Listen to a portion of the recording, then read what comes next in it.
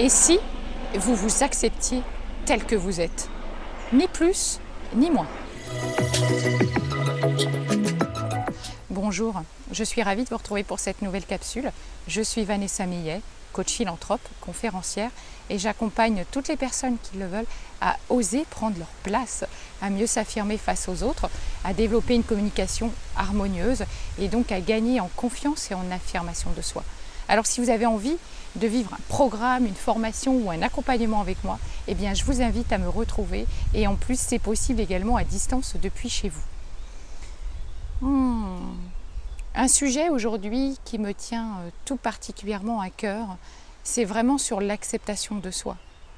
C'est vraiment une notion assez difficile tant nous vivons dans des sociétés où nous sommes sans arrêt dans la comparaison avec l'autre. Il est mieux que moi, j'y arriverai jamais, comment je pourrais le rattraper, etc. Et en fait, pourtant l'acceptation de soi, c'est juste en fait accepter ce qui est et s'autoriser à être. C'est vraiment l'acceptation de soi, c'est une véritable invitation à l'introspection. Voilà, à nous observer intérieurement comme extérieurement, sans nous juger, sans nous blâmer.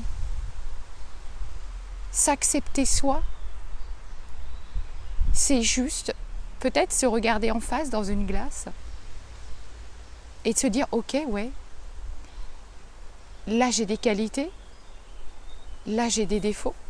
S'accepter soi, c'est pas aimer tout ce qu'on est. On ne peut pas s'aimer pleinement tout le temps. Il y a des comportements en nous et des sentiments qu'on n'apprécie pas forcément, mais c'est ok. C'est juste l'idée de s'accepter soi en totalité. Et puis peut-être que c'est ça la véritable clé du changement. En fait, je ne vois pas comment on peut changer tant qu'on ne passe pas par l'acceptation de soi. C'est vraiment la première étape. L'acceptation de soi, la conscience de soi, être bienveillant avec soi, se réconcilier avec son passé, en faire une force, il fait partie de nous, de notre histoire. Et comme je le disais dans un post ou une vidéo, je ne sais plus, mais on ne doit pas se laisser définir par notre passé, parce que sinon, on va reproduire sans arrêt les mêmes erreurs. Par contre, bien sûr, notre passé, c'est ce qui nous a construit évidemment dans le futur, dans le présent même, j'aurais envie de vous dire. Si vous vous servez des schémas du passé pour construire votre futur, vous n'y arriverez pas. Parce que justement, il est dépassé et il est obsolète. Alors, il y a un truc qui est assez sympa en fait pour aller vers cette notion d'acceptation de soi. C'est un petit exercice assez simple en fait. Je vais vous inviter à prendre une feuille de papier, à faire 2 colonnes. Sur la première colonne, vous allez écrire tout ce que vous aimez chez vous. Sur la deuxième colonne, vous allez écrire tout ce que vous n'aimez pas chez vous.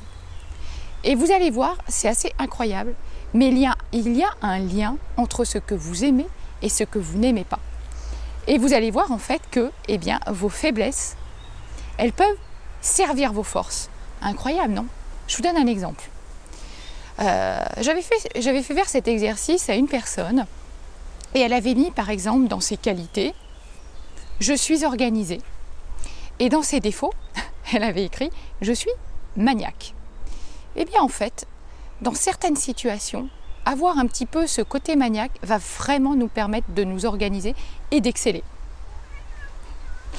Un autre exemple, une personne qui me met dans ses défauts, elle me met je suis timide. Et par contre, dans ses qualités, elle me met empathie, observation, voilà, sens des responsabilités, etc. Et bien donc, en fait, son défaut, enfin ce qu'elle pense être un défaut, la timidité, en fait, va servir ses qualités d'observation et d'empathie. Parce que généralement, une personne, on va dire, plutôt timide, donc c'est quelqu'un qui est observateur, qui est en retrait, mais qui du coup est souvent doté d'une grande écoute, sait très bien écouter et manifeste de l'empathie. Donc voilà, l'idée c'est ça en fait. Et ça, pour l'acceptation de soi, c'est vraiment génial. Donc amusez-vous à faire ça. Et puis allez chercher en fait toutes les forces de vos faiblesses. Je vous retrouve demain pour une prochaine capsule. À très vite. Si vous l'avez aimé, likez-la, un pouce vers le haut. Et puis abonnez-vous à ma chaîne YouTube. Merci à vous.